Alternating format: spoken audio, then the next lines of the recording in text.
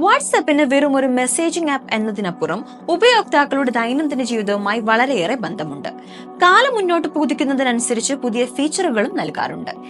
അടിസ്ഥാനമാക്കിയുള്ള വിവിധ ഫീച്ചറുകളും ഉപയോക്താക്കൾക്കായി വാട്സാപ്പ് ഇപ്പോൾ അവതരിപ്പിച്ചു കഴിഞ്ഞു. ഇപ്പോഴിതാ വീണ്ടും ഒരു പുതിയ ഫീച്ചറുമായി വന്നിരിക്കുകയാണ് WhatsApp. AI unread chat summary.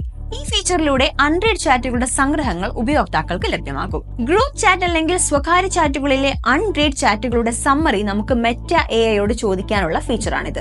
Read ചെയ്യാത്ത സന്ദേശങ്ങൾക്ക് പുറമെ വലിയ സന്ദേശങ്ങളുടെ സംഗ്രഹവും നൽകുന്നു.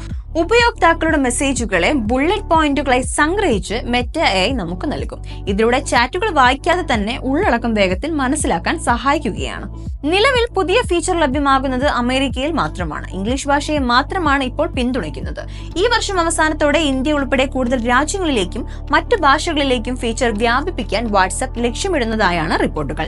ഉപയോക്താക്കളുടെ സ്വകാര്യത സംരക്ഷിച്ചുകൊണ്ടാണ് ഈ ഫീച്ചർ അവതരിപ്പിച്ചിരിക്കുന്നതെന്നാണ് വാട്സാപ്പും മാതൃകമ്പനിയായ മെറ്റയും പറയുന്നത്. പ്രൈവറ്റ് പ്രോസസിംഗ് ആണ് മെസ്സേജ് സമ്മറീസ് ഫീച്ചർ നൽകുന്നത്. മെറ്റയ്ക്കോ വാട്സാപ്പിനോ മെസ്സേജുകളുടെ യഥാർത്ഥ ഉള്ളടക്കമോ ജനറേറ്റ് ചെയ്യുന്ന സംഗ്രഹങ്ങളോ കാണാൻ കഴിയില്ലെന്ന് ഉറപ്പാക്കാനാണ് ഈ രീതി രൂപകൽപ്പന ചെയ്തിരിക്കുന്നതെന്നാണ് മെറ്റ പറഞ്ഞു വയ്ക്കുന്നത്.